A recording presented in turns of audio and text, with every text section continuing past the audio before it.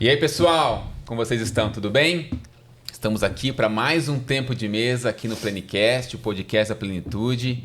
E antes de nós começarmos esse bate-papo aqui hoje, que vai ser incrível, eu quero pedir para você aquele favor, aquela gentileza, para você seguir a gente no canal e também você curtir e compartilhar esse conteúdo com quantas pessoas você puder, tá bom? Hoje aqui não está o Diogo ao meu lado, meu irmão. O Diogo não deixou o cabelo crescer, né? Mas aqui ao meu lado hoje está a Bruna, que vai estar nesse podcast comigo. E também a Ana aqui do outro lado. E hoje recebendo aqui, direto de Minas Gerais, Sim. aqui em Campinas, Sara. É um prazer ter você aqui com a gente. Ai, prazer é conhecer meu. um pouco mais da sua vida hoje aqui. Sim, Pra muito gente obrigada é uma alegria pelo convite. ter você aqui Feliz. com a gente. Também agradecer a mãe que tá aqui, o irmão. Família toda, Família veio. toda, a Deia também aqui, que já é da família, né, Deia? Tá aqui com a gente também. Vai ser um prazer esse tempo aqui de mesa com você, Sara. Amém. Pra gente começar, Sara, queria saber como que você conheceu Jesus, como que foi o seu primeiro encontro, você já veio de um berço cristão, como é que foi? Sim. Ai, é lindo, né? A gente poder voltar mesmo e compartilhar um pouco sobre isso. E eu cresci em lar cristão. Meu pai é pastor da Igreja Metodista. Então, a Igreja Metodista é uma igreja itinerante, né? E eu passei ali toda a minha infância, adolescência, mudando ali de uma igreja para outra. E quando eu tinha 7 anos, meu pai era pastor de uma igreja lá em Vila Velha, Igreja Metodista de Vila Garrido. E era uma igreja muito avivada, assim, uma igreja que se movia muito pelo Espírito Santo, né? Eles viveram... Foi um tempo curto que meu pai pastoreou lá, eu acho que foram 2 anos. Mas foi um tempo muito rico. E eu vi muito, né? Eu testemunhei muito, assim, do mover e do agir do Espírito Santo, das pessoas sendo batizadas pelo Espírito Santo. Viver naquele ambiente espiritual foi muito importante para mim. E eu lembro que... Uma história que eu até gosto de comentar, eu lembro que naquela época eu já tinha um interesse muito grande, sabe? Assim, uma curiosidade muito grande de conhecer a Deus, de saber quem era Deus, porque às vezes, como quando a gente é filho de pastor, né? A gente cresce naquele meio e a gente vai levando, mas para mim já foi como uma real curiosidade. Tipo assim, gente, o que é isso? O que é isso que eles estão vivendo? E eu lembro que naquele período teve uma vez que eu fui pra frente do altar e eu fiquei lá ajoelhada. E eu falei assim, não, Deus tem que falar comigo. Deus vai falar comigo. E aí passou o culto e o culto acabou. E o louvor acabou e tipo assim... E tudo acabou e Deus não falou comigo. Eu fiquei revoltada. Eu voltei pra casa revoltadíssima. Meu pai super orgulhoso. E eu por dentro, tipo assim, Deus não falou comigo. E você tinha quantos anos? 7. 7 anos, olha aí, que beleza. Mas que eu tinha, sabe, essa curiosidade mesmo. Esse desejo de... Poxa, se Deus é real, será que eu sou real pra ele também? Será que ele fala, sabe? Que ele consegue falar comigo? E aí passei desse período, né, pra minha adolescência mesmo, com esse desejo muito grande de conhecer o Senhor, esse amor, mas ainda sem o relacionamento, né? Mas com o temor também, que eu sinto que foi ensinado muito desde nova. E aí, quando eu tinha 15 anos, eu fiz o Kings Kids na Jocum, que a Jocum vai fazer muito parte da minha história, da nossa conversa hoje. Mas eu fui para esse programa, que é um programa de férias, e foi até na época que estava tendo a Copa aqui no Brasil. 2014. Isso, 2014.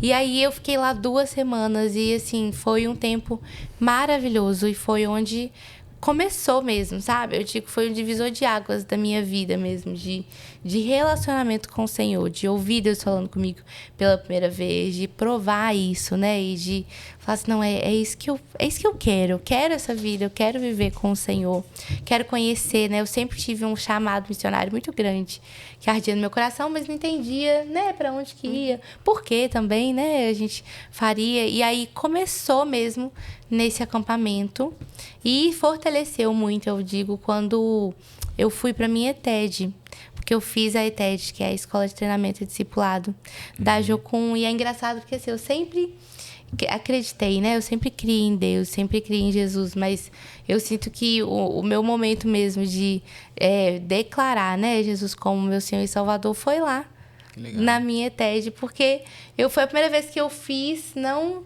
somente por estar no ambiente de igreja, sabe? Mas fora ali do ambiente, longe da igreja, dos meus pais, que exerciam às vezes essa função, né? De me levar para esse lugar. Foi o momento que eu falei, não, eu sei que eu já aceitei Jesus muitas vezes, mas agora eu quero fazer por mim mesma, sabe? Então, isso em 2014. Não, isso quando eu fui para Jocum foi 2017. 2017. Então eu sinto assim, que o começo mesmo da minha caminhada com o Senhor se deu em 2017. Ao fazer o Jocum, sempre quis conhecê-lo, sempre quis buscá-lo, sempre tive ali no meu coração, mas a entrega mesmo, sabe? E o início ali de um relacionamento, né? De colocar ali os fundamentos de uma vida inteira se deu nesse processo. E aí você foi aí depois disso você foi para Jocum, você fez alguma viagem missionária? Fiz. Então, ó, compartilha. Vamos voltar um pouquinho atrás. Rebobina a fita aí. Isso. Talvez muitos não entendam o que é rebobinar a fita, mas depois dá um Google aí que você vai saber. Vocês vão descobrir. Vamos voltar para quando eu tinha 12 anos. Eu sempre, desde os 12, eu sempre tive 2 sonhos muito grandes. Que era ser escritora, escrever livros e morar na Inglaterra. Olha aí. Sempre fui apaixonada pela Inglaterra. Exatamente por causa dos livros. Por causa do C.S. Lewis e da Jane Austen, né? Que foram autores que eu cresci ali com eles e que são autores cristãos também. Sim. E aí eu sempre... Nossa, eu tinha esse sonho durante toda a minha adolescência. Eu falava pro pessoal do colégio que estava comigo, falava, vou morar na Inglaterra, vou fazer 18 anos, vou morar na Inglaterra, vou ser escritora. E o pessoal ficava meio assim, sabe? Tipo assim, doida. Será que vai mesmo? Mas vai? assim, deixa... exatamente. Tipo, deixa formar que passa, né? Mas aí, pela graça do Senhor, assim, numa forma muito sobrenatural mesmo, eu fui pra Jocum da Inglaterra. E todo esse processo, né? De fazer a ETED, de estar ali servindo em missões, foi na Jocum da Inglaterra.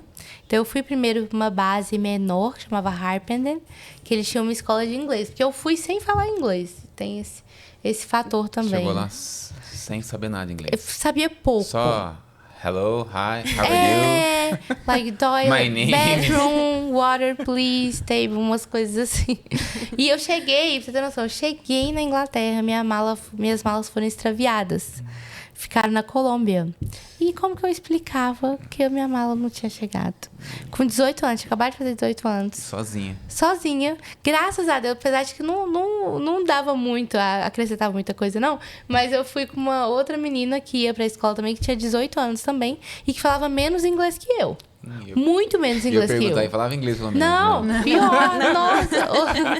Hoje ele é professora de inglês. Na época ela não falava nada. E aí, chegou nós duas meninas lá. E eu, ai meu Deus, minha mala não chegou. Pra eu conseguir falar, explicar que a minha mala não tinha chegado, passar o endereço de onde que eu ia estar. Foi milagre. É tipo aqueles momentos traumáticos que a gente não lembra direito. A gente fala, gente, não sei como que deu certo, mas no final deu certo. Conseguiram achar as malas. E aí conseguimos achar as malas, graças a Deus. E aí eu fiz essa escola de inglês. E aí depois disso, a escola teve tipo um prático que eu servi numa região maravilhosa da Inglaterra que chama Cornwall, que é a Cornualha, que é uma região... Conhece? Por nome, assim, mas assim, não mas ela é pequenininha, assim, e ela é uma região bem rural e de cidade de interior, mas é uma região onde o Senhor tem feito, né? Eu creio, estava fazendo, acredito que continua fazendo também, um mover muito grande. Então, assim, foi um momento que eu tive lá por 2 meses dentro de uma base que estava sendo fundada.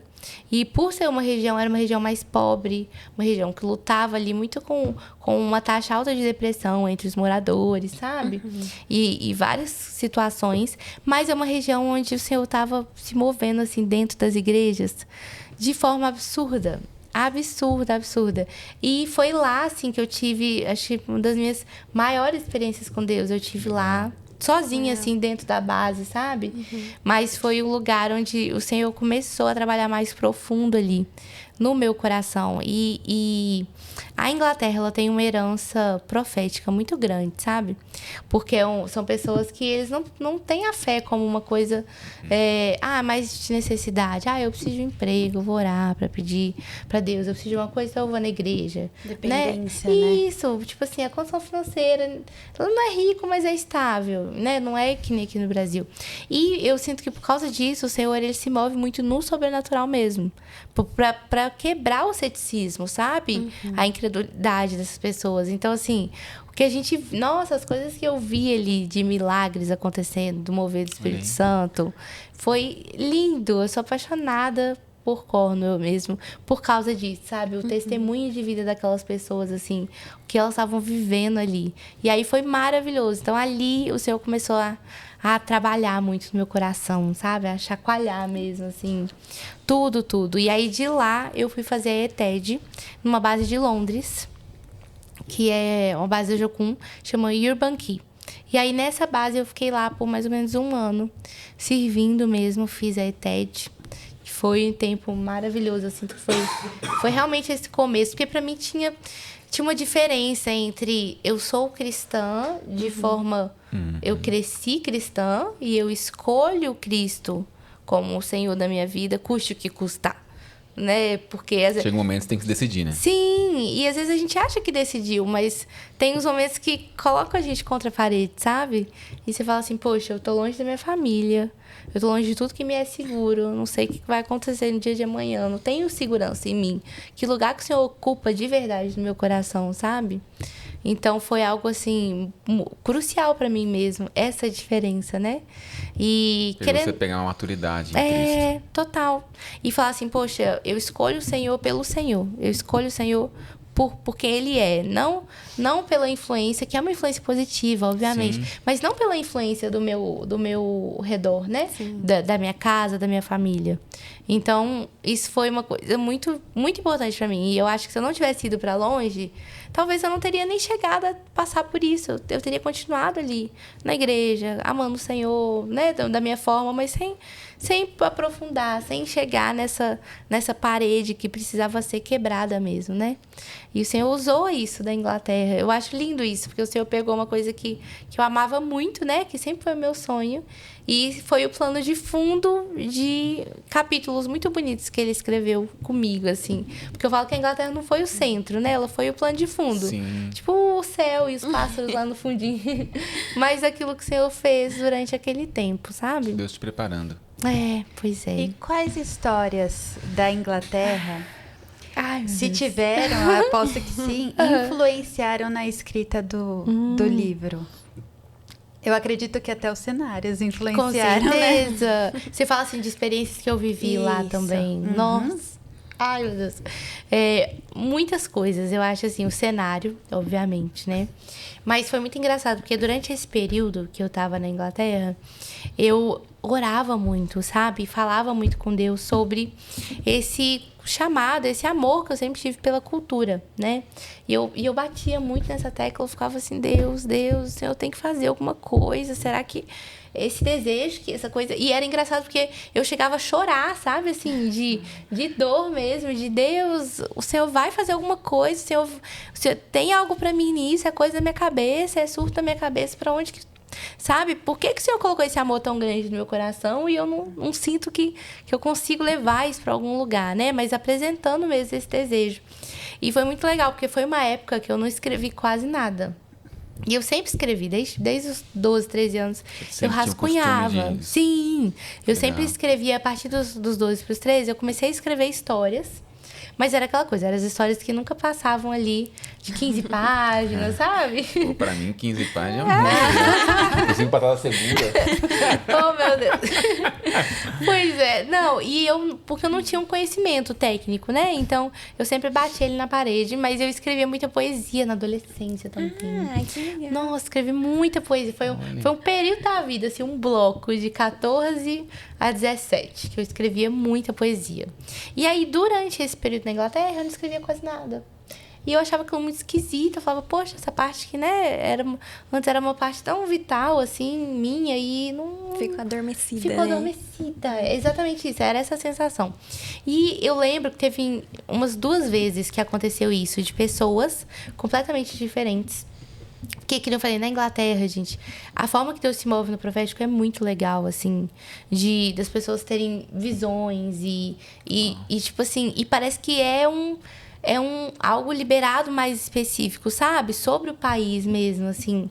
Então, e aí teve uma moça que chegou pra mim uma vez na igreja e falou assim, e não me conhecia. Ela veio orar por mim e falou, não, Deus tá te entregando uma história que você vai escrever. E é uma história diferente, tá até escrito num caderno. E isso lá em 2018. E é uma história diferente de tudo que foi feito até o momento. E o Senhor tá te dando ela e vai ser algo completamente novo. Uma mulher que você não conhecia. Não conhecia na igreja. Veio, orou por mim, falou e saiu, foi embora. E eu... Veio de encontro com o seu coração daquilo que você sempre quis. Com certeza. E aí eu escrevi no caderno, né? E eu lembro que esse período foi um período de eu entregar muito esse sonho específico pro Senhor, né? E a Escolha do Verão, ele fala muito sobre entregas, né? E que eu fiz muito na Inglaterra, assim, passei, né, por diferentes momentos de ter que entregar mesmo, assim, coisas pro Senhor. E eu lembro que teve um culto que o pastor, ele ministrou sobre isso, ele dividiu o altar em 3 partes. Ele falou, olha, esse aqui é o sim de Deus, esse aqui é o espere e esse aqui é o não. E eu quero convidar vocês, para o que Deus estiver falando para você ter coragem de aceitar aquilo que Deus está falando e vir. E eu lembro que eu fui pro espere, assim, com o coração muito partido, de, meu Deus, eu não tenho controle, né, daquilo que eu queria tanto viver. E Deus trabalhou muito isso, sabe, nesse tempo. Mas, então, tipo assim, eu tive essas palavras de uma época que eu não estava escrevendo, total, que depois se concretizaram, né? E que tornaram realidade mesmo. E aí eu fico, gente, como que Deus... Porque às vezes a gente divide, eu tenho essa mania um pouco, de dividir a minha vida como se fossem blocos muito separados. Tipo, não, aquele foi o bloco da Inglaterra.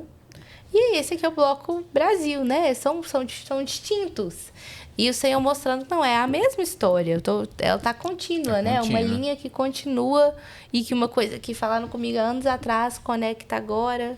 E às vezes algo que vai acontecer volta lá atrás. E o Senhor mostrando ali que é uma coisa só. E aí em 2018 essa mulher veio e fala isso pra você. Isso. E estamos aqui em 2023, lançou o livro recente. Depois que ela deu essa palavra pra você, quanto tempo... você começou a escrever o livro que você... Nada. Passou-se um... Passou, exato. É engraçado, né? Que às vezes a gente ouve e a gente fala, nossa, então tá. Aí você chega agora. lá, fala, Deus, vai, manda a ideia. A ideia que nunca nova ideia completamente novo. E nada. E eu lembro que era até essa dor, né? Tipo assim, ao mesmo tempo que eu tô recebendo uma coisa que eu sempre sonhei, né? Que é o sonho de estar lá e tudo, eu também tô distante, né? Adormecida com outro sonho, que tá ali. O Senhor escondeu porque ele quis esconder. E o Senhor faz isso, né?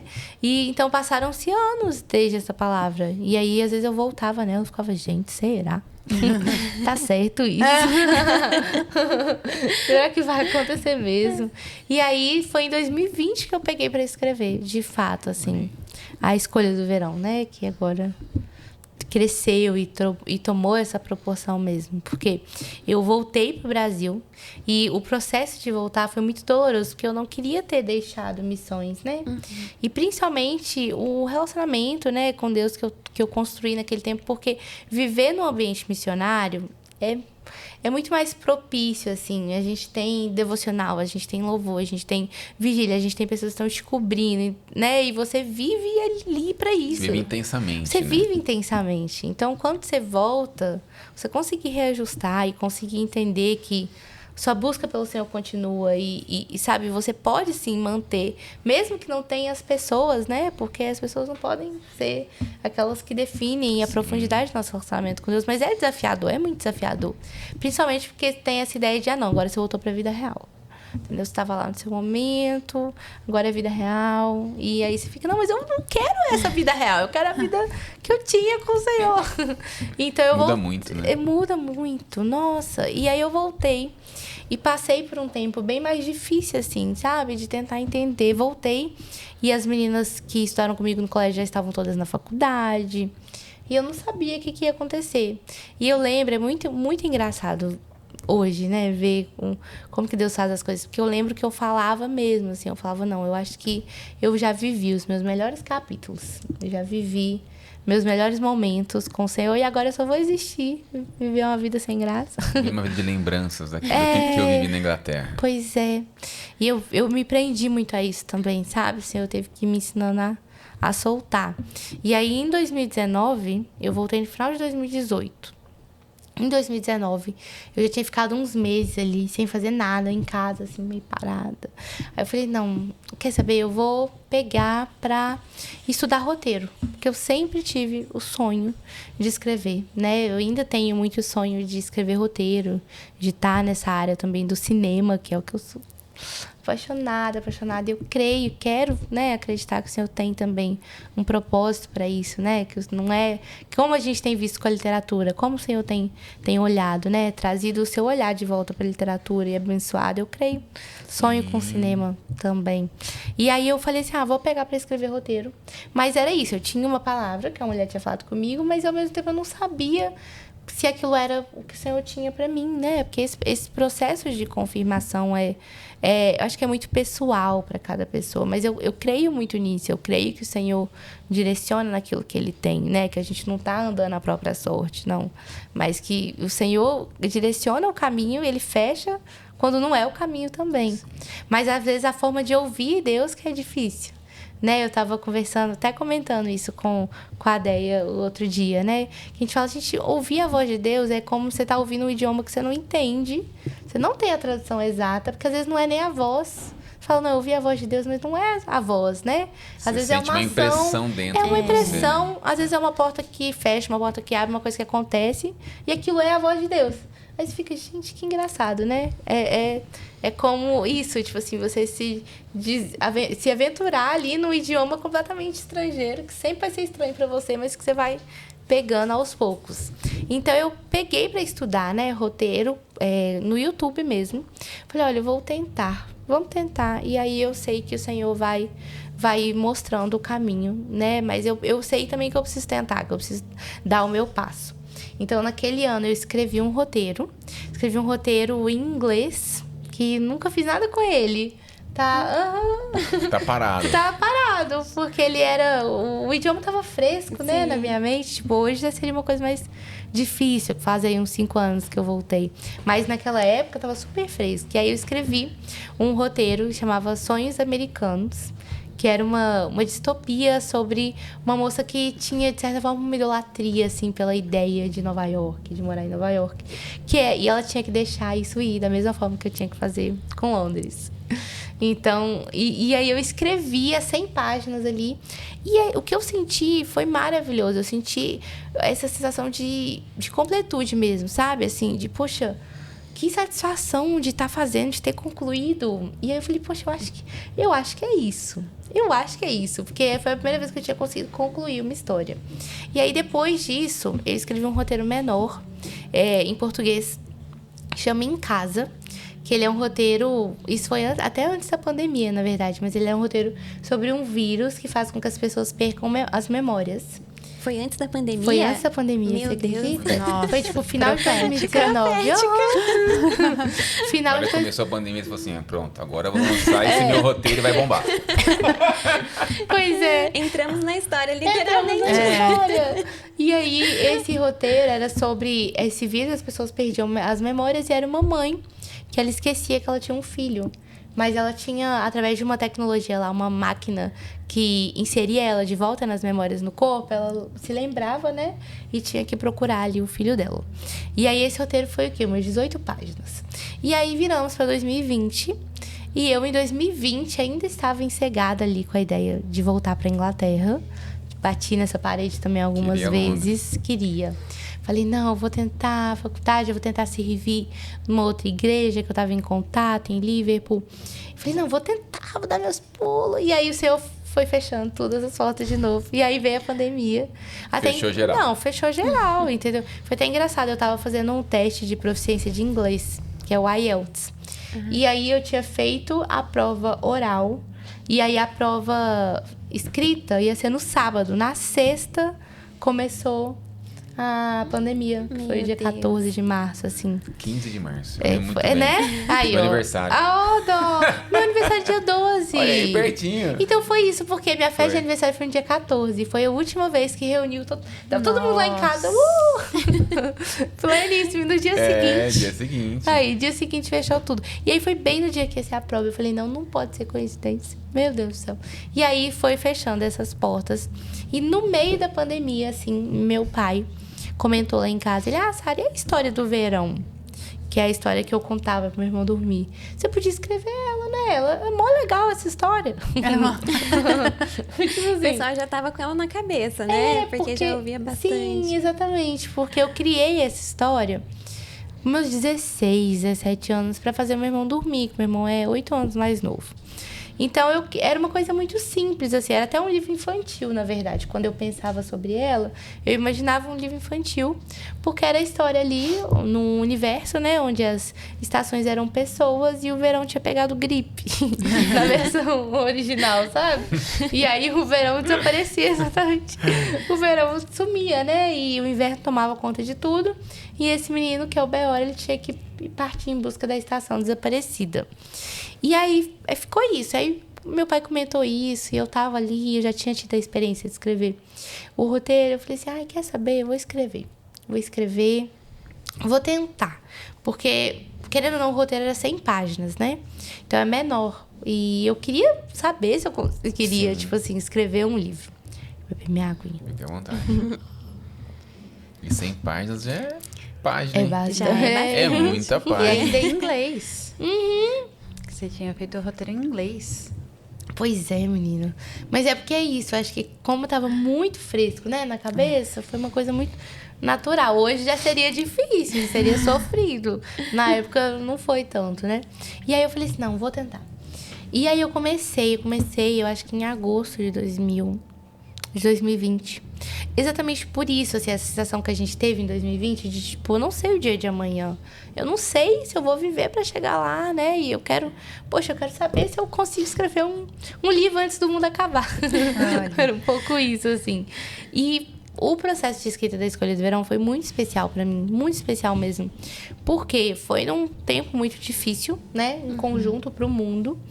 E eu comecei a ver o processo de escrita mais do que, vamos dizer assim, uma tentativa, né? Um hobby em si. O processo de escrita, ele começou a se alinhar um pouco com a minha escolha de permanecer no Senhor, mentalmente, sabe? Foi um tempo muito difícil mentalmente, eu acho que não só pra mim, né? Mas com a nossa mente muito fadigada, muito sofrida.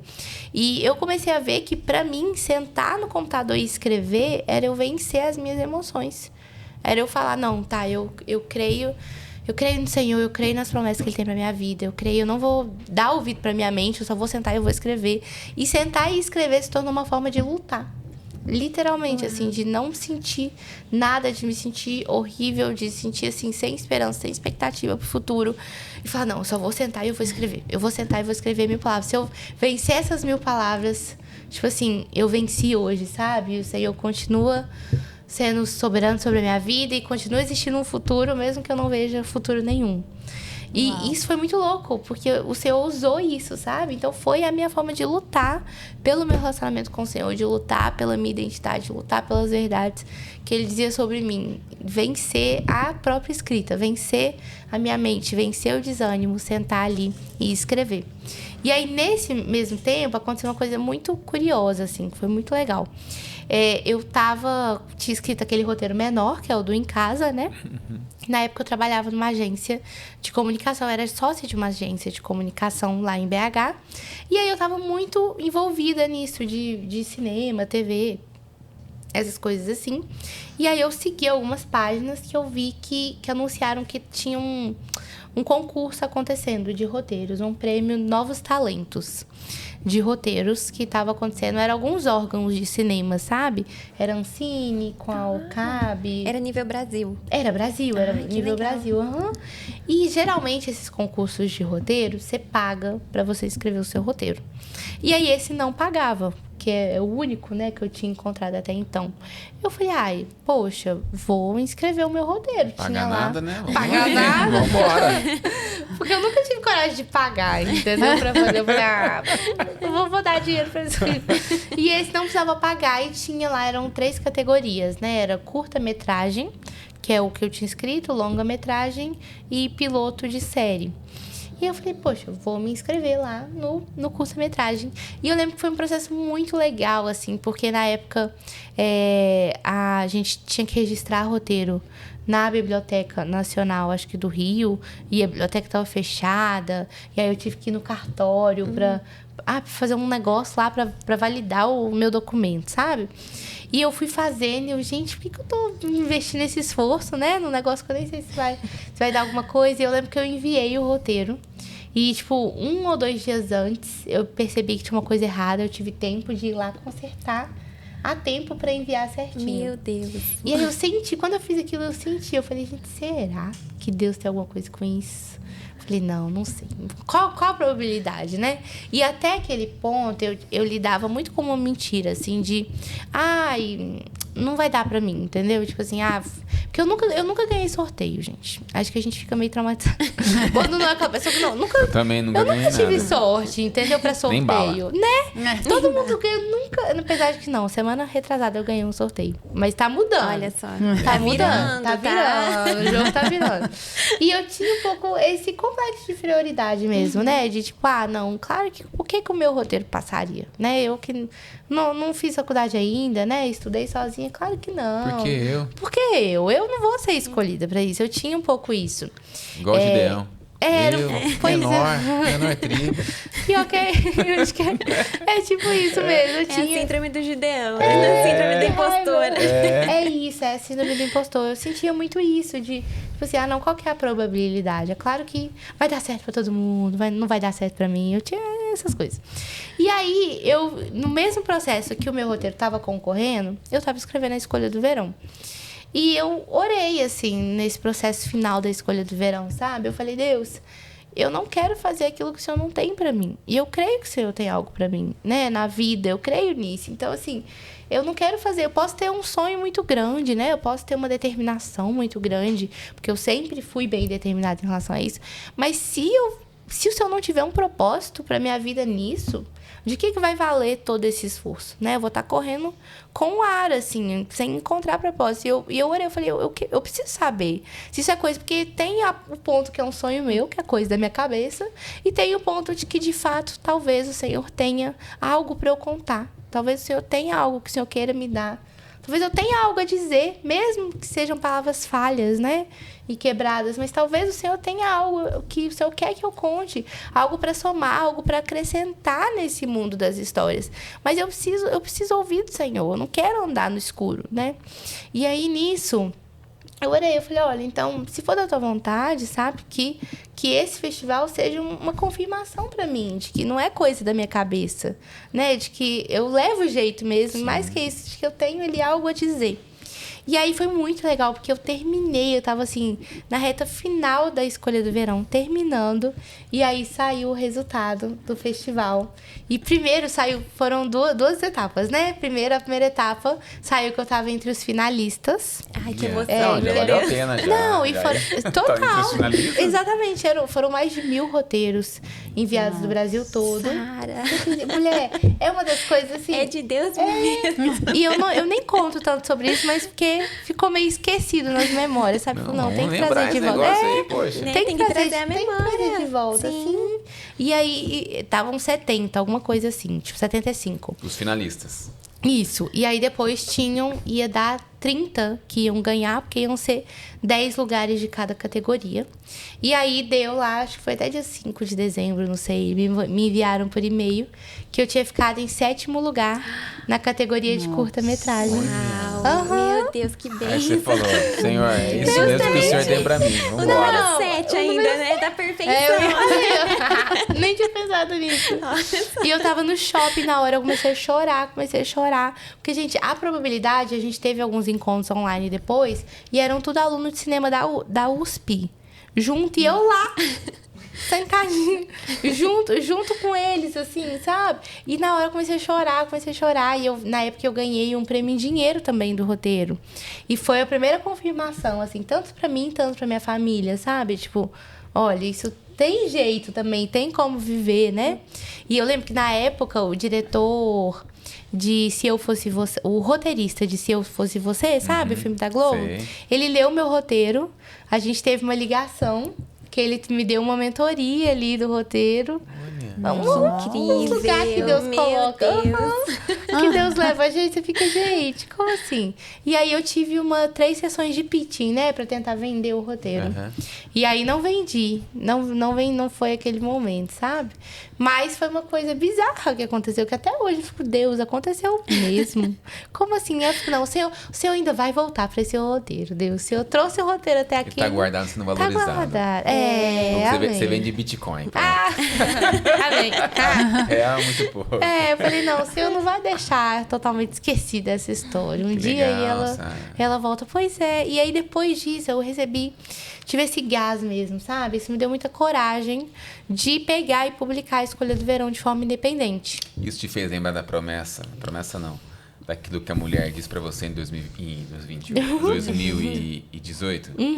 E quando você estava nesse processo aí, puxa, vou lá, Sim. me inscrevo ou não? Você lembrava do que aquela mulher tinha dito pra você? Sim, eu lembro que eu tenho o papelzinho, né, no caderno, eu ficava assim, Deus, quando... E é muito legal, porque eu tenho uma discipuladora, uma das moças que me discipulou na época da Jocum, ela falava isso, que ela anotava todas as palavras que ela recebia, pra ela conseguir não esquecer, né, e lembrar mesmo daquilo. E até um hábito que eu tenho que retornar também, né? De ler, ler e ler de novo. E eu li, eu ficava assim, meio que... Será que vai, né? E em oração mesmo, assim, pro Senhor. Mas foi um tempo que eu precisei ter muita coragem também, porque a gente não sabe... Eu não sabia que hoje eu ia estar, né? Aqui falando no podcast. Com o livro lançado pela Thomas, né? E o Senhor não dá garantias também. Eu queria, às vezes, né? Saber, não, Deus, mas vai dar certo? Mas porque e se eu investir meses, 1 ano da minha vida, emocional, e depois eu lanço esse livro e não dá nada? E eu não sabia. E eu precisei confiar. Eu acho que isso para mim foi muito importante também. Falar assim, não, vale a pena eu dar espaço de fé, né? Eu dar espaço e falar, quem sabe o Senhor me encontra no processo. Mas é Mas uma terra que Deus vai te mostrar ainda, né? Verdade. E eu fiquei pensando, até igual o segundo livro, né? Ele tem sido bem árduo de escrever, bem difícil. Por quê? Menina, porque comecei a escrever o segundo livro em 2021. Foi depois que eu publiquei a Escolha do Verão. Só que ele não ia, assim. Eu tentava e parava e não conseguia fluir mesmo. Quis desistir ali por muitos momentos. E esse ano eu tava pensando, eu falei, poxa, a gente não sabe o poder que uma história tem. Tipo assim, até onde ela pode chegar. É algo que realmente cabe ao Senhor, tipo, pertence ao Senhor. Sabe? Eu fiquei, poxa, porque eu tinha as mesmas crises quando eu tava escrevendo a Escolha do Verão, lá em 2020. E eu já tinha um trabalho, né? Tinha um emprego. Então, eu podia muito bem ter falado, é bobeira, eu tô gastando meu tempo com uma coisa, né? E eu podia ter desistido. E imagina só, tipo assim, se eu não tivesse investido, né? Se eu não tivesse ido até o final. Porque eu não imaginava, quando eu escrevi lá em 2021, eu não imaginava o caminho que o Senhor abriu através dessa história. Porque foi um caminho inteiro pra minha vida, assim. Minha vida mudou completamente. E eu falei, poxa, como que é poderoso isso? A gente não tem controle do quanto que Deus pode fazer através de uma história. A gente só escreve, né? Mas o destino a gente não controla, a gente não vê. A promessa, ela passa pelo teste do tempo, né? Sim. E Quantas coisas que Deus me falou pro meu irmão. Uma promessa que Deus fez pro meu irmão que passou 11 anos para acontecer. Uau. Mas que um dia, quando aconteceu, meu irmão se lembrou da palavra que um dia ele recebeu numa igreja lá em Águas de Lindóia, do pastor amigo nosso. Que legal. Que um homem se levantou, o pregador da noite pediu pro meu irmão se levantar, deu uma palavra pro meu irmão, Uau. mas que aquilo naquela época para ele era algo muito distante, o que o pregador disse. Mas aquele negócio, quando Deus fala, Sim. como Deus usou aquela mulher para te falar, se Deus está dando a direção, basta a gente confiar, crer, Com confiar certeza. e até aquele ponto que Deus te levou, e depois chegar aqui, ele dá outras coordenadas para te levar para outro lugar. Basta a gente ter fé Sim. e confiar. Por vezes não é fácil Sim, esse com exercício certeza. de você confiar. Será mesmo? Será que Deus falou mesmo? Será que não é coisa da minha cabeça? Porque você pensa, será que não é coisa da minha cabeça? Que garantia eu tenho? Que garantia eu tenho? Verdade. Exatamente. Não, que aí eu fiquei com dúvida, né? Porque ela falou que ela estava trabalhando. Sim. E aí, se foi um processo de Deus você sair desse trabalho para Sim. assumir a escrita. Pois é. E aí foi um outro processo, assim, começou em 2021, porque aí eu falei, não, vou dar esse passo de fé, vou lançar a Escolha do Verão. E aí eu lancei de forma independente. Primeiro só como e-book na Amazon. E foi muito legal porque a Escolha do Verão se tornou, no processo de escrita, esse processo muito pessoal meu com Deus. Muito pessoal, que eu nem imaginava, né, que seria assim. E aí, quando eu lancei a Escolha do Verão como e-book, eu falava que era uma fantasia. Eu só classificava como fantasia. Não falava ali fantasia cristã, né? Era só o termo fantasia. Só que aí, tudo bem, lancei o livro, comecei a divulgar, tive pouquíssimas leituras, assim, nos primeiros meses, sabe? Foi bem pouquinho. E eu continuava falando assim, gente, será que vai dar alguma coisa? Será, sabe, que vai dar, né? Vai se transformar em algo mais concreto, mais sólido. Só que aí, nesse processo, começou a aparecer, assim, pessoas específicas. Não eram muitas, não, mas pessoas específicas que leram o livro e que amaram e que viram um pouco desse processo, sabe? E eu falei assim, gente, que legal. É, tipo assim, toda aquela dor, né, despejada ali e em oração, em pedido mesmo do Senhor, as pessoas sentiram isso, essa camada além, vamos dizer assim, que se esconde ali junto com a história. E eu achei isso muito bonito, assim, os testemunhos. Eu tive até, na época, muito legal, 2 leitoras do Rio Grande, acho de Matinhos, não sei qual estado exatamente que fica. Acho que é Rio Grande do Sul. Ou Paraná. Matinhos. Vai falando aí que eu já vou dar um Google aqui já. E assim, eu lá, tipo, será que vai dar alguma coisa? Será que vai, né, as pessoas vão gostar mesmo? Tudo. E elas mandaram mensagem, Sara, a gente tá lendo seu livro juntas e a gente amou. E a gente quer fazer uma coleção de camisas do seu livro. Você acredita? Porque elas eram adolescentes na época, mas... Paraná. Mas os pais, eles apoiavam, assim, pra elas terem um negócio próprio. E aí era meio que o negócio delas fazerem pequenas coleções de blusa. Tanto que hoje elas nem fazem, as duas foram... Eu acompanho elas, né? As duas foram pra faculdade, né? Não fazem mais. Mas naquela época elas tinham isso, que as mães incentivavam. E aí eu falei, gente, esses meninos gostaram da história a ponto de querer fazer blusa do meu livro. Como assim? E aí aquilo foi, tipo assim, essas sementes de esperança que foram me encorajando. E aí, nesse processo, nesse meio tempo, eu entendi que a melhor forma de definir a Escolha do Verão era uma fantasia cristã. Não era só o fantasia, né? Porque a gente tem ali, de fato, toda a história, né? E o elemento fantástico, mas ela era mais do que isso para mim. Ela não era só um entretenimento, né? Ela não foi um entretenimento, o processo de escrita. Sim. Foi doloroso, foi algo que eu tive que escolher, foi algo que eu encontrei o Senhor nas páginas, sabe? Foi a forma que o Senhor me encontrou também no meu momento de dor, assim, de trabalhando com Deus. Eu sinto que a escrita, ela é uma extensão. Talvez a maior parte, assim, também, do meu processo devocional com o Senhor. É muito devocional. Eu sempre escrevo sobre temas que eu estou em crise, sabe? Sobre temas que não é que eu tenho a certeza, eu não tenho a resposta, mas eu preciso procurar essa resposta com o Senhor, eu preciso entender, eu preciso disso, eu preciso dessa resposta para minha vida. E aí eu vou e escrevo isso num livro. E geralmente, quando no final da história eu entendo. O Senhor responde no final. Olha que incrível. Pois é. Nossa. E geralmente no final da história aquilo se torna claro para mim também. Então é um processo que eu passo meio que junto com os personagens, sabe? E aí eu falei, não, é fantasia cristã, porque é isso, é uma fantasia, mas ela também carrega muito do meu coração, do meu processo de fé com o Senhor, né? E ela traz uma mensagem que é além ali da ficção em si, mas uma verdade mesmo concreta sobre quem Deus é e que pode ser interpretada, né, absorvida para a vida real daquela pessoa também. Então, foi aí que eu comecei, assim, a classificar mesmo como fantasia cristã, né? E, por exemplo, A Escolha do Verão. O livro, ele fala muito sobre escolhas, né? E as escolhas que o Beor, ele precisa tomar ali durante a história. E foi um tempo que eu precisei muito escolher acreditar nas verdades do Senhor sobre a minha vida.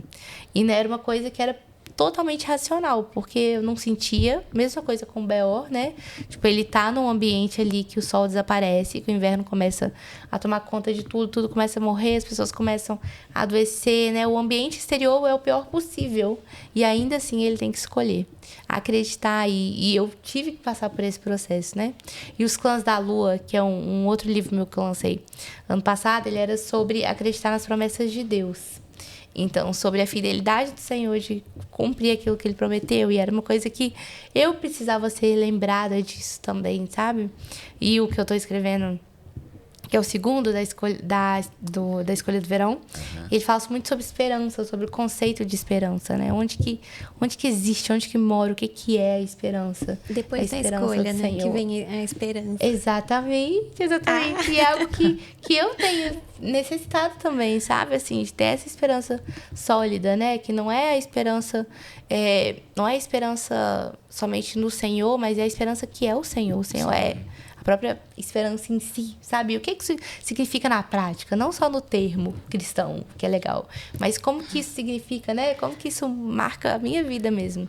Então, os livros são muito esse processo, assim, de devocional mesmo com o Senhor. E aí, foi aí que eu escrevi A Escolha do Verão, lancei, né? E tive ali que fazer minhas escolhas difíceis, porque no final de 2021 tem uma palavra específica que Deus usou ela em 2 momentos antes para falar comigo.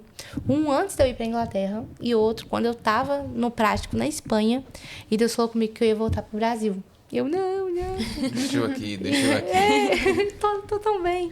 E Deus falou comigo. E aí, no final do ano, eu estava sentindo essa inquietação de estar saindo do meu trabalho, né?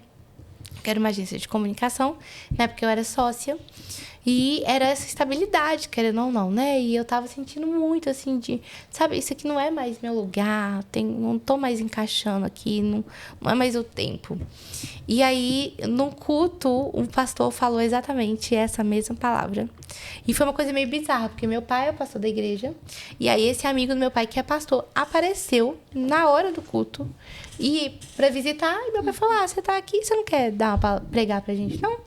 Ele, tá bom, prego, tô com a palavra. E aí ele deu exatamente essa palavra. Uau.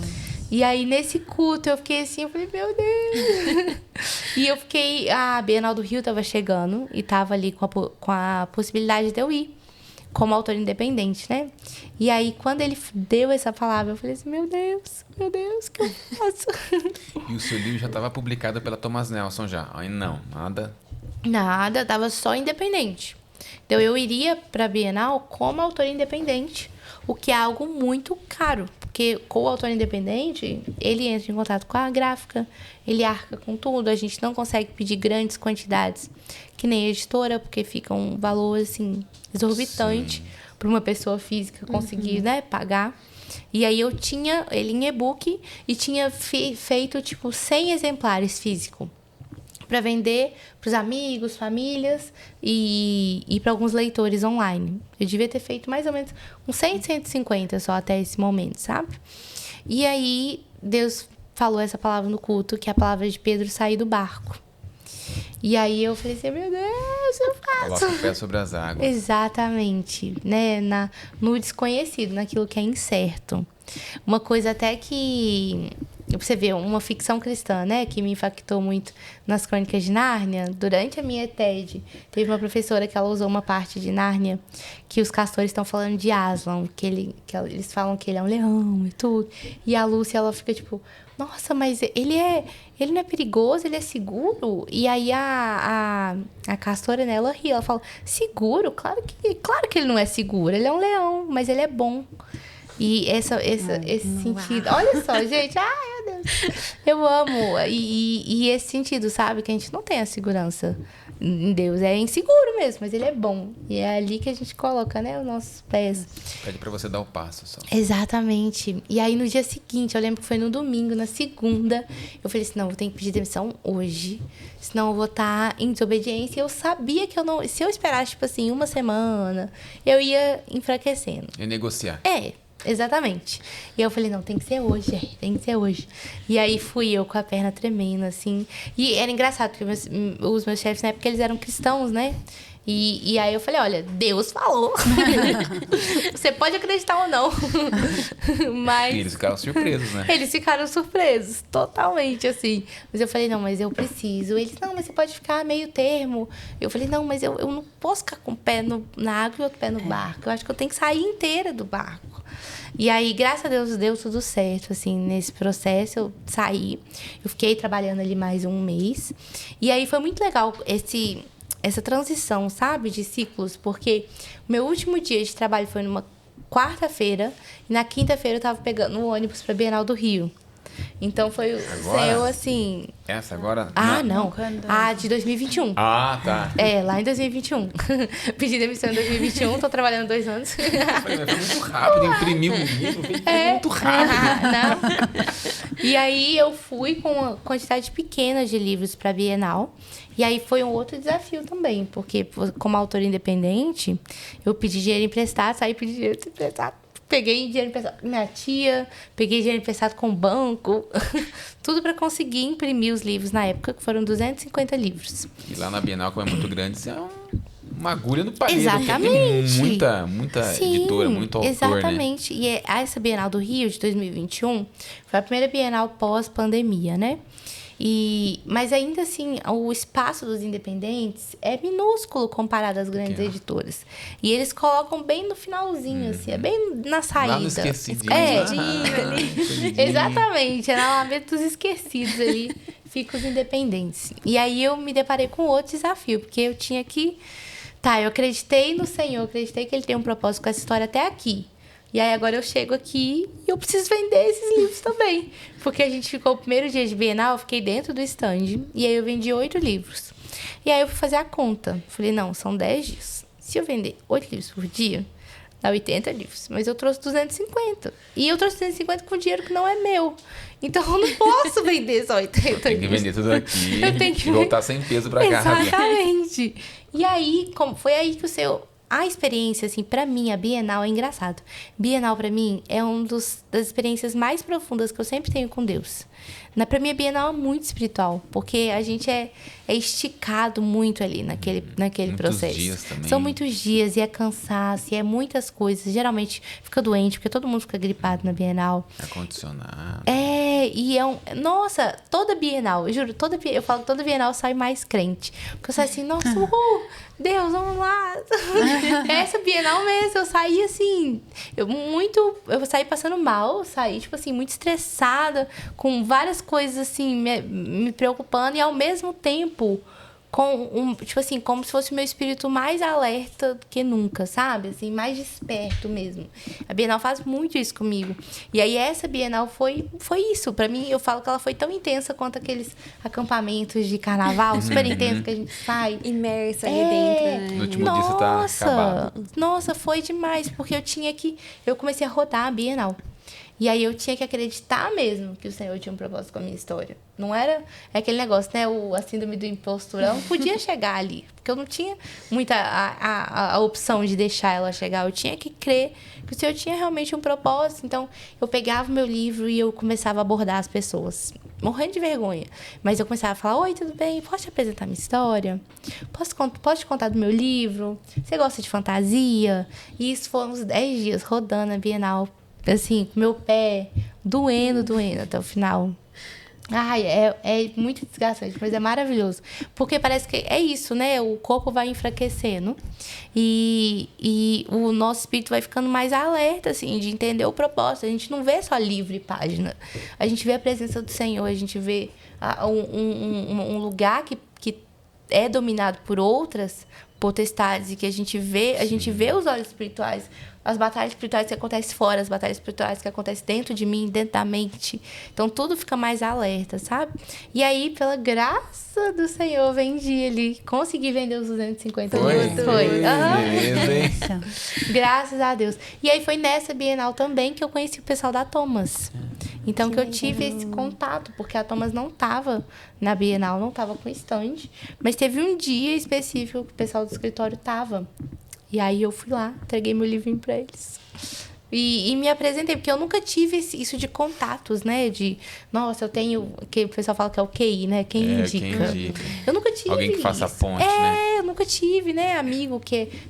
Meu pai é pastor de uma igreja pequenininha, né? Não é nada que... Não conheço ninguém realmente que poderia fazer esses contatos. Mas aí o Senhor abriu essa porta mesmo lá na Bienal, né? Pra eu estar apresentando, eles estarem conhecendo também meu trabalho. E aí, em 2023 você já volta já com a Thomas Nelson. Exatamente. Oh, Deus é fantástico, Deus é bom, né? Deus é muito bom, nossa, muito mais do que a gente pode até conceber, assim. Porque 2 anos depois eu tô voltando para a mesma Bienal onde tudo começou, lançando meu livro com a Thomas, lá no stand da Thomas.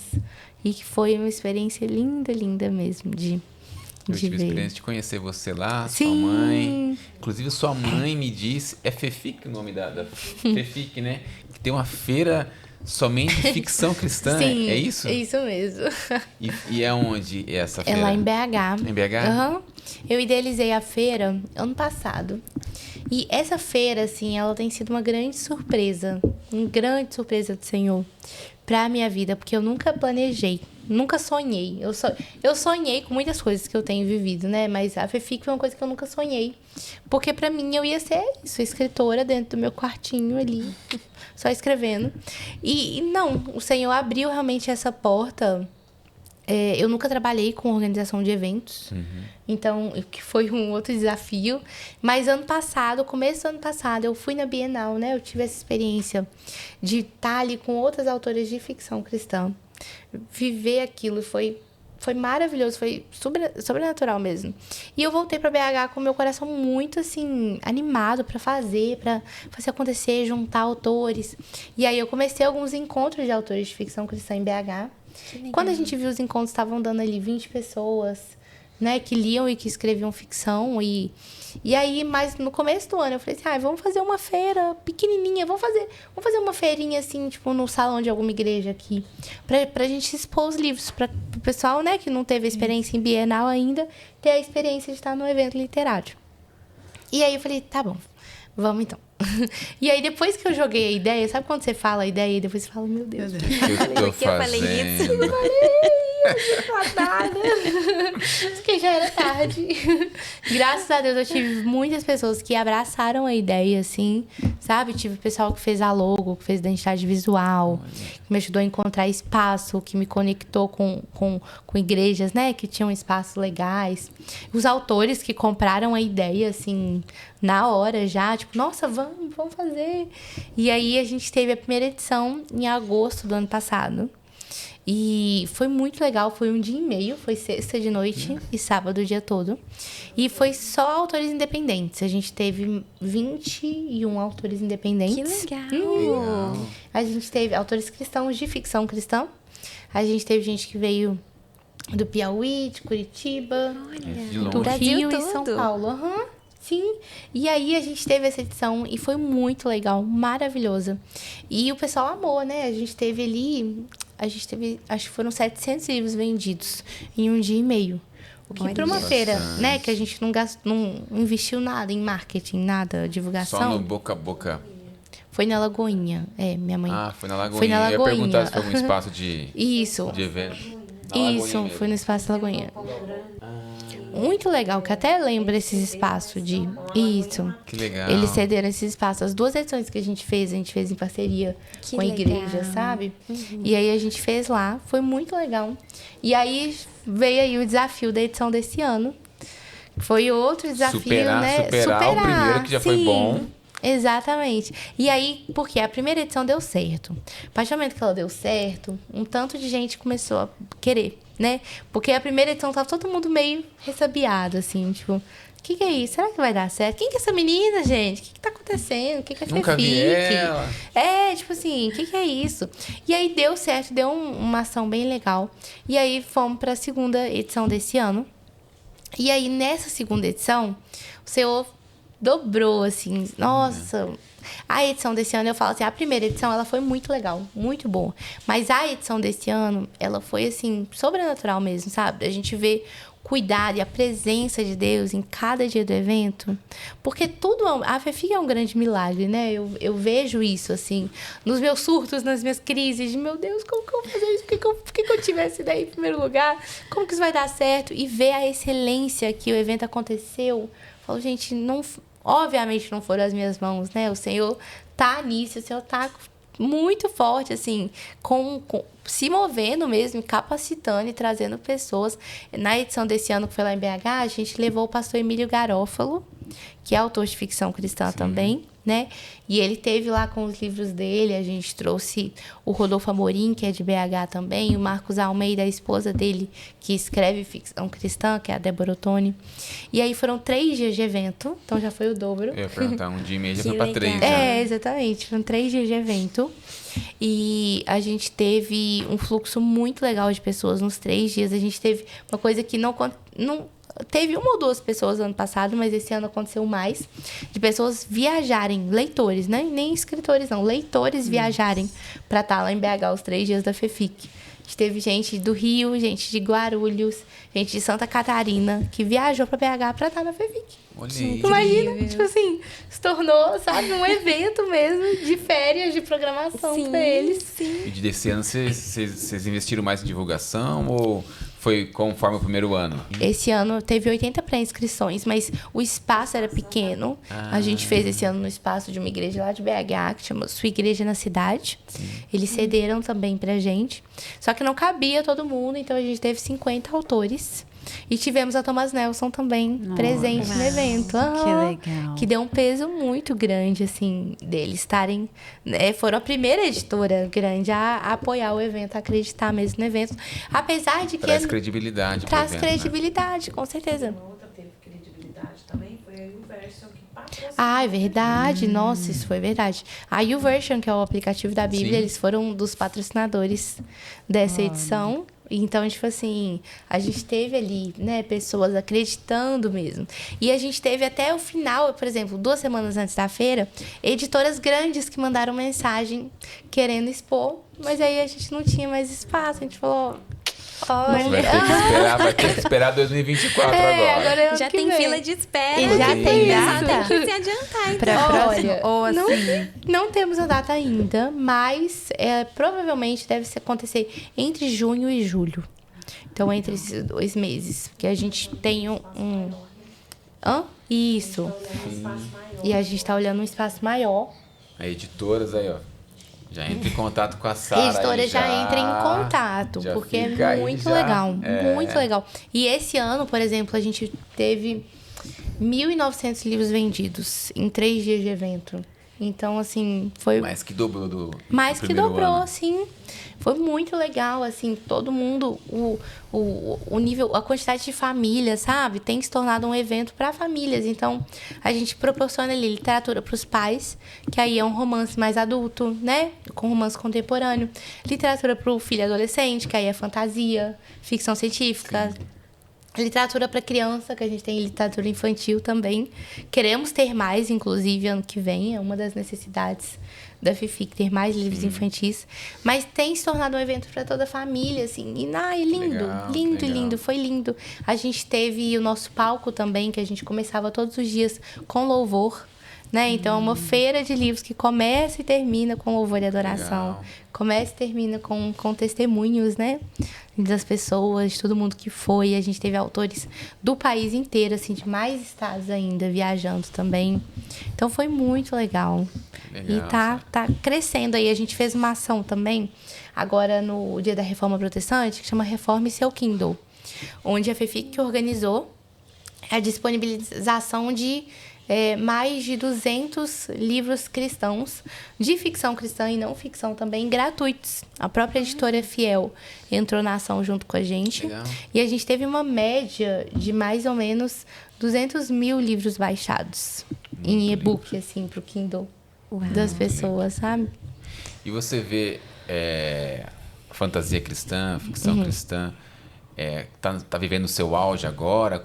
Porque pra mim, né, eu tô tendo contato agora com fantasia cristã, contigo, né, com algum outro livro que eu já tenho visto já no mercado. Com certeza. Mas você acha que tá ainda começando, ainda vai? Como é que você... Eu acho que vai crescer, vai crescer muito. Mas eu vejo que a gente tem vivido um momento, assim, muito específico. E que pra mim é muito claro que ninguém conseguiria fazer isso senão a mão de Deus, sabe? Sim. Eu sinto que Deus, ele preparou e ele separou esse tempo específico mesmo. E ele tem levantado as pessoas, autores, histórias, porque a gente nunca viveu isso antes, né? A gente tinha, por exemplo, ficção cristã. A gente tinha o C.S. Lewis, né? Fantasia cristã há 60 anos atrás, né? Só que depois dele não teve essa grande continuidade. A gente teve ali uma ou outra ficção cristã esporádica que aparecia, tipo esse Mundo Tenebroso, né, que é um clássico, Deixados para Trás. O Peregrino, na verdade, foi o primeiro, né? O Peregrino veio antes de todos.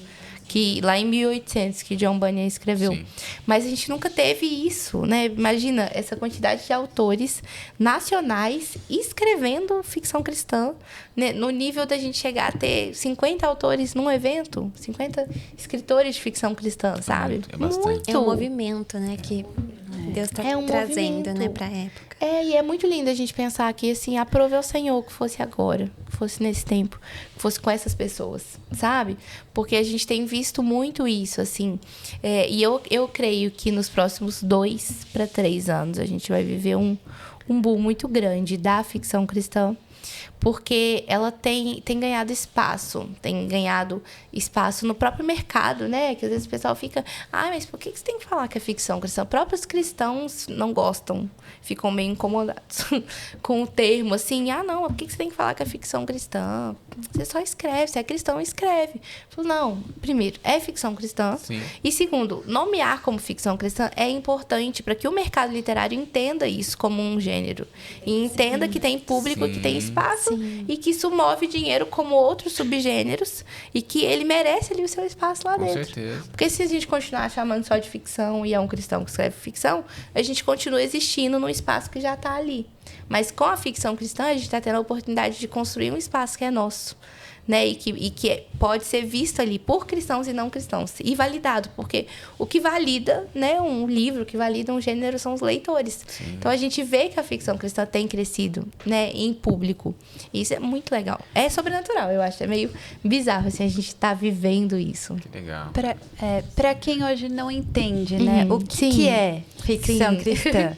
Olha, a ficção cristã, ela classifica, né, livros que são escritos por autores cristãos e que carregam ali valores e princípios da fé cristã, de forma explícita ou implícita. Então, a gente tem uma variedade muito grande. A gente tem livros de ficção cristã para cristãos, como, por exemplo, Corajosas, né? Onde a gente tem ali a trajetória de meninas com o relacionamento delas com Deus. A gente tem A Escolha do Verão, que já é uma coisa implícita, porque é na fantasia, a gente não tem ali o nome Deus, Jesus, a gente não tem o personagem convertendo, mas a gente tem ali a figura, né, a representação da Trindade dentro da história e uma própria jornada do personagem que remete muito a valores e princípios do Evangelho.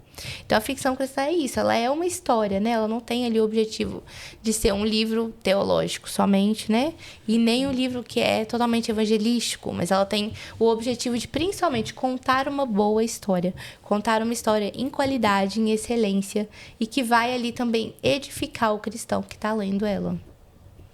E Então, para quem quer hoje começar a escrever uma ficção cristã, tem esse mesmo chamado. Sim. O que você falaria para a pessoa? A gente tem alguns encontros FEFIC que acontecem em Rio, São Paulo e BH, simultaneamente, que aí são espaços mesmo de reunir autores e leitores de ficção cristã para estarem ali interagindo, sabe? Mas eu acho também, né, pra pessoa que quer escrever, assim, apresentar isso em oração ao Senhor, sabe? E dar espaço de fé. Começar e acreditar. Confiar, assim, que quem sabe? E é interessante porque a sua vida toda, tudo que Deus... todos os caminhos que Deus te levou se refletem hoje em tudo que você escreve, né? Então, talvez para quem tá querendo começar, Sim. a vivência no Senhor é algo muito importante, né? Eu acho. É essencial, sabe?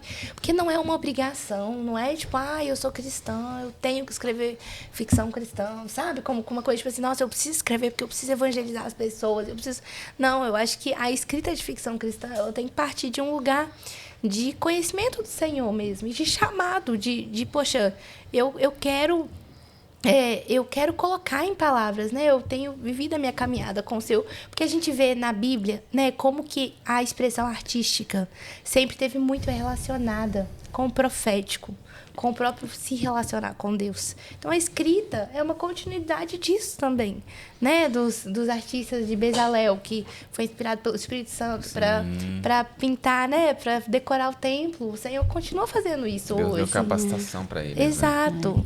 Então, é muito mais isso, sabe? Nesse sentido de querer realmente buscar o Senhor, querer amar o Senhor. E, às vezes, expressar isso de uma forma artística, né? Através da escrita.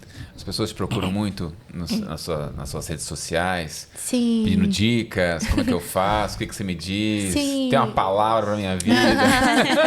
Algumas crises também, assim, nossa, porque é muito legal, porque você escreveu, só de você ser escritor, você já tem várias crises ali, né, existenciais. Será que é bom, será que não é?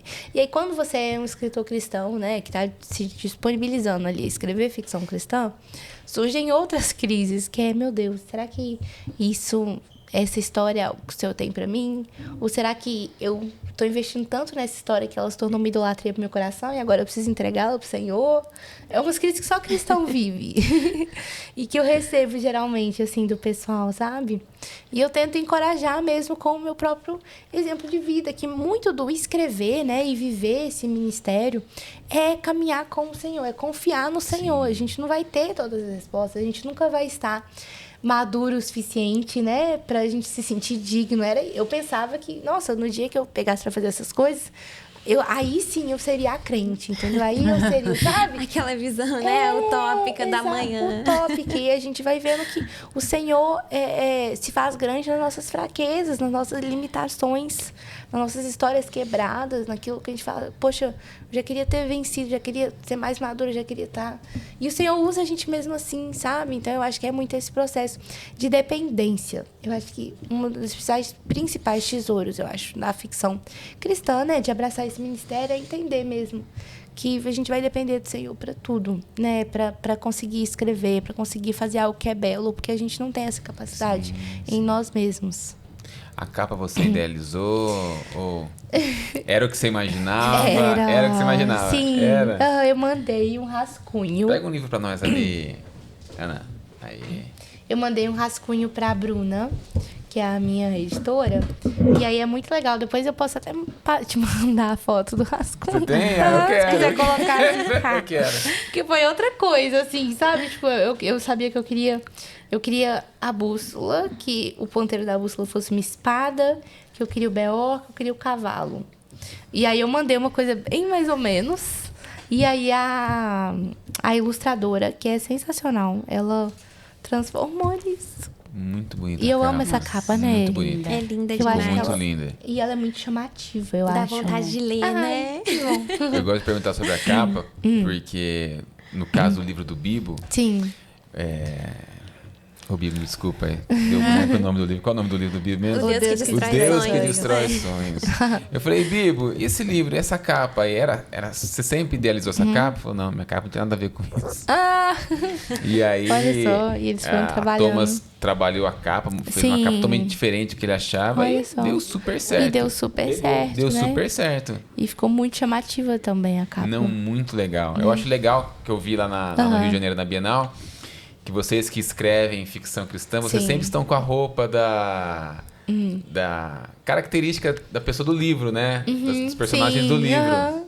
Que legal. E isso é uma estratégia mesmo, assim, de divulgação, sabe? De marketing. Eu comecei com isso na Bienal de 2021, porque falei, não, se eu tô escrevendo fantasia, se eu sair vestida normal com o meu livro, beleza, talvez uma pessoa se interesse. Se eu sair vestida de princesa com espada na mão, talvez chame mais atenção. Sim. Olha, Sim. agora pra próxima, vai com cavalo, agora aqui, né? A gente arruma um cavalo lá no Rio de Janeiro. Entro com um cavalo lá no Entra no pavilhão. cavalo. Ai, amei. Pior que tinha uma cabra na Bienal desse ano, assim. Uma andando. cabra viva? Aham, viva. Meu Deus. Andando solta entre as pessoas. Quem sabe eu Olha consigo aí. enfiar um cavalo lá. Fica a dica aí. Tomás Nelson, prepara o cavalo. Olha, Thomas Nelson, patrocina o cavalo. Pode ser um pônei, né? Vamos procurar um cavalo. Vamos procurar um cavalo. Minha amiga, no seu livro, o que as pessoas podem encontrar aqui de símbolos cristãos no seu livro? Ó, o livro, ele é... Primeira coisa, né? Ele tem bem essa pegada das Crônicas de Nárnia. Então, eu falo que ele é de 8 a 80, sabe? Assim, ele é uma fantasia infanto-juvenil, mas ele não é infantil, né? Então, a gente tem ali crianças, né, a partir dos 9 anos que já estão lendo a história, e a gente tem um adulto que vai pegar para essa história e provavelmente vai entender ainda mais do que a criança, né, de 9 anos. Mas existem diferentes... Eu sinto, assim, todos os valores cristãos, né? Toda a mensagem, ela foi costurada junto com a narrativa. Então, por exemplo, de representação, a gente tem a Trindade no livro, que Cidade já pegou, né? Esse eu já peguei. Aí, ó. Que se dá através das 3 estrelas, que é a figura das 3 estrelas que guiam ali o Beor durante toda a história. E eu sempre amei o céu, né? Observar o céu quando eu era pequena. E eu amava procurar as 3 Marias, que é as 3 estrelas, né? Eu amava encontrar. Onde que tá, né? Exatamente, encontrar a constelação das 3 Marias no céu. E aí eu me inspirei nisso, sabe? Que são sempre as 3, que estão lá juntinha. E aí, no livro, a gente tem as 3 estrelas que representam realmente a Trindade. Elas foram as criadoras, né? Que criaram ali toda a terra natural. A gente tem também muito na jornada do Beor, né? A própria jornada de amadurecimento do Beor, ela vai contra alguns princípios de histórias da atualidade, né? Porque a gente tem um menino que ele começa muito egoísta e ele não valoriza mesmo a comunidade em que ele vive, né? Os pais, ele não ama muito aquilo. E ele vai passando por um processo contrário, enquanto muitas histórias é a jornada de independência, né? De, deixa sua família e vá viver o seu sonho, viver sua vida. O Beor, ele vai tendo o coração dele quebrantado através da dor. Ele vai amando, aprendendo a amar e valorizar tudo aquilo que ele nunca deu muita atenção. Então, esse amor à família é uma coisa muito especial na história, assim, a própria valorização é uma coisa que eu queria colocar no livro e que me dá muita raiva em algumas séries, que a gente tem a criança, né, o pré-adolescente, que vive ali a vida e os pais são uns bobões, que são, né, tipo, vai ver Stranger Things, assim, eles não percebem nada do que tá acontecendo. Eles, né, sempre assim. Eles são alheios, eles não dão atenção pro filho, eles não veem que o filho tá sofrendo, que o filho tá lutando contra um monstro de outra dimensão. E eles são sempre, muitas vezes, os vilões, né? Eles são aquelas pessoas que não entendem, né? E que não ligam e esse tipo de coisa. E eu quis mudar isso, assim. Eu quis construir uma relação muito próxima do Beor com os pais deles. E que os pais entendem, sim, o que está acontecendo. Boa parte, pelo menos, eles têm uma participação efetiva na história. Eles não são só plano de fundo ali e o Beor vive as aventuras sem que os pais saibam, sabe? Então, eu quis colocar muito isso, assim, esse valor familiar mesmo na vida do Beor e como que isso vai transformando ele, né? E o livro, ele fala muito sobre compaixão e amor sacrificial também. Então, posso dar spoilers, né? Mas a própria jornada do Beor fala muito sobre isso, assim, sobre amar as pessoas e lutar pelas pessoas. Muitas vezes, próprio custo, né? Ao seu próprio custo, que é o que Cristo fez, né? E que é bem contramão com algumas coisas também, né? Que a gente vê em outras histórias. Então, esses princípios principais, assim, da valorização da família e do amor sacrificial na história, eu diria que são os pontos chaves, assim, de valores cristãos, né? E que apontam de forma indireta para o evangelho que eles podem encontrar aí no livro. Que bênção. Olha aí. Eu sempre gosto aqui, minha amiga, de dar um incentivo pra galera comprar o livro. Com certeza. Posso dar? Você deixa eu com dar? certeza. Pode. Eu deixo. Então, beleza. Pra você que tá nos acompanhando aí, o Gustavo. Gustavo, tudo certo aí, Gustavo? Sempre gosto de confirmar isso com o Gustavo. O Gustavo tá colocando aí na tela QR Code de 10% de desconto. O livro, pedi pra subir o livro aqui, ó. Aqui ficou bom, Gustavo? Isso porque o livro já é barato na plenitude. Isso. Mas então mais 10%, sabe? Olha aí, gente. Dá um incentivo pra vocês aí. Arrasaram. 10% pra Meu você Deus conhecer a do céu. história. Você conheceu como ela escreveu a história. E agora Amei. você tem a oportunidade de poder ler ela na íntegra. Tá aqui, ó. Um livro com capa maravilhosa. Uma autora super simpática. Tendo o prazer de receber aqui na Plenitude. Conheci ela na Bienal do Rio. Aí. Então aproveita aí, acessa o nosso site pelo QR Code aí e pega o livro e leva pra casa. Fechou? Isso aí. Eu queria falar só sobre a minha Claro. experiência de Por leitora, né? favor, a gente sempre conta as experiências aqui, Sim. porque pros podcasts, geralmente é quem muito tá na importante. mesa aqui, eu, meu irmão, elas aqui no caso, elas pegaram um livro pra ler. Conta aí, Ana. Então, eu te conheci até antes de vir pra cá, né? Uau, que legal. Acompanha um pouquinho mais de tempo. E quando eu comecei a ler, assim, de primeira, por eu já ser adulta, né? Eu falei, bom, é uma ficção cristã infanto-juvenil. Sim. Mas, assim, os adultos podem ler tranquilamente, porque te leva de volta para um lugar, assim... na minha adolescência, eu lia muito, né? Eu tinha... E, infelizmente, não tínhamos uma obra tão maravilhosa quanto essa, né? Com valores cristãos. Então, essa experiência imersiva, assim, quando eu abro ele, é como se eu entrasse na terra natural. É uma experiência muito gostosa. É uma leitura muito... que te descreve, mas sem ser aquela descrição muito longa, né? Sim. Então, você se sente dentro da história. E, assim, Deus já falou comigo através das primeiras páginas dele, nas partes sobre as 3 estrelas, Sim. como elas que guiam a nossa direção, Sim. né? Então, assim, eu recomendo demais. Eu não acabei ainda, então fiquei feliz que não teve spoilers. Isso, sem spoilers. Mas é uma leitura muito agradável, é uma história muito linda, envolvente, e não dá vontade de parar de ler. É algo que te prende demais. Olha aí. E é muito... todo mundo deve ler. Eu acho que tanto adolescente quanto adulto, assim, pra gente voltar a essa essência, né? Com certeza. E os pais também, né? Tá certo. Porque normalmente a gente lê os livros já... Ai, quando vai acabar o capítulo, né? Não porque você não tá gostando, mas é porque, né? Você ou já tá cansado, ou tá na cama... Eu lendo, eu perdi a hora, assim. Eu falei assim, nossa, eu passava os capítulos e era uma leitura gostosa. Então, não tem a diferenciação entre criança, adulto, homem, mulher. Qualquer um pode ler. E até, só pra gente finalizar, mas também pegando o gancho disso que a Aninha falou... Aqui nós somos uma distribuidora e eu já gostava de ler antes. Tô lendo mais ainda, fico doida passando aqui nos corredores.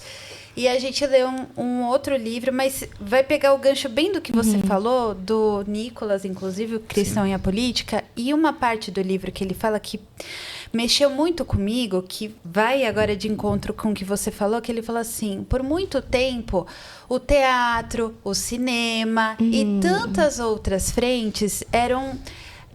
a gente empurrou, né? A gente falou assim, isso aí é coisa do diabo. Eu não vou me meter com isso, né? Coisa do diabo. E o que o diabo fez? Tomou pra si. Já que é meu, então eu vou tomar pra mim, né?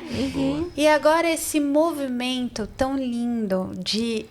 Pra mim, eu vejo um avivamento no cinema. Sim. Né? Amém, o som da verdade. liberdade, The Nossa, Chosen, sim. a escolha do Nossa, verão, verdade. ficção cristã. Então não é coisa que não tem nada a ver. Exato. Pelo contrário, nós estamos levando a cultura do reino para esses lugares também. E com essa Verdade. excelência, né? Que o mundo já tem, mas é uma excelência Sim. até superior, né? Uma dica, não vamos parar. A Sara não vai parar. A política, né? Todos esses lugares vão ser invadidos pela cultura do reino. Então, eu também, nós aqui te agradecemos Demais. por você ter sido obediente à voz do Senhor. Amém. Obrigada. Sara, vou fazer uma pergunta pra você. Essa Pode pergunta fazer. bônus. Tá. Que a gente faz pra todos os nossos convidados aqui. Você sabe qual é essa pergunta? Não. Não sabe. Não sei. Ai, meu Se Deus. prepara, Então. Sara. Sara, cenário apocalíptico. Tá. O mundo tá acabando. E você tem que sair da sua casa correndo. E você tem que pegar 2 livros na sua prateleira. Os livros, assim, que mais marcaram a sua vida. Pra colocar na sua mochila. A Bíblia já tá no seu braço, já. Tá bom, tá. Eu pensei. A Bíblia já tá lá contigo. Tudo bem. Quais são esses Ai, 2 ai. livros que você pegaria? Carta de um Diabo ao Seu Aprendiz. Com certeza. Do C.S. Lewis. É o primeiro que já me veio à mente, assim. Deixa eu pensar. E... Ai, meu Deus. Eu acho que Coraline, que é um livro que eu gosto muito também. E é um livro que ele não é cristão, mas Deus falou muito comigo Sim, sim. durante a leitura dele. Coraline. Aham. Olha aí. Principalmente Esse porque... nunca ninguém falaram aqui. Olha aí, ó. Ele fala muito sobre ter coragem em tempos de medo, assim, sabe? Então, se eu tava no cenário apocalíptico, eu acho que seria Boa. legal, assim, deu. Muito bom. Até que você foi rápido na resposta. Olha aí, Geralmente, você foi rápido. É só 2. Pô, mas só não tem mais. Não, mas é só 2 achei que eu só. demorei, eu fiquei assim, A bolsa é pequena, só cabe 2. Sara, um prazer receber você aqui. Ai, prazer Estamos foi muito meu. felizes. Obrigado, Andressa. Isaac, Ideia, estar aqui com a gente também. Prazer poder ter vocês aqui com a gente. E a gente sempre termina com o autor orando, finalizando Amém. com uma oração. Se você puder, Amém. ore. Com certeza. Amém? Amém. Senhor, muito obrigada, Pai. Obrigada porque o Senhor planeja, né? E o Senhor faz conexões que nós não poderíamos nunca sonhar, Senhor. E eu te agradeço pela forma que o Senhor tem feito isso na minha vida, Deus. Me conectado a pessoas, Deus, específicas, nos conectado uns aos outros, costurado, né? Nós, como sua igreja, costurado como linhas de um tecido mesmo, Deus. Juntos nessa narrativa que o Senhor tem escrito. Te agradeço, porque o Senhor é o grande autor que escreve as nossas histórias e o Senhor é o melhor autor possível para as nossas vidas. Senhor, eu oro te pedindo que o Senhor abençoe a vida de cada pessoa aqui, cada pessoa que vai estar assistindo também esse podcast, que ela possa terminar esse episódio encorajada, Deus, acreditando novamente, Deus, na sua autoridade, Deus, e na sua capacidade de escrever uma história bela na vida dela também, Pai. Obrigada por essa oportunidade, obrigada pela oportunidade de escrever e de criar para a sua honra e para a sua glória, que os nossos olhos nunca percam o Senhor de vista, Deus, que os meus olhos e as minhas mãos nunca percam o Senhor de vista. Em nome de Jesus. Amém. Amém. Amém.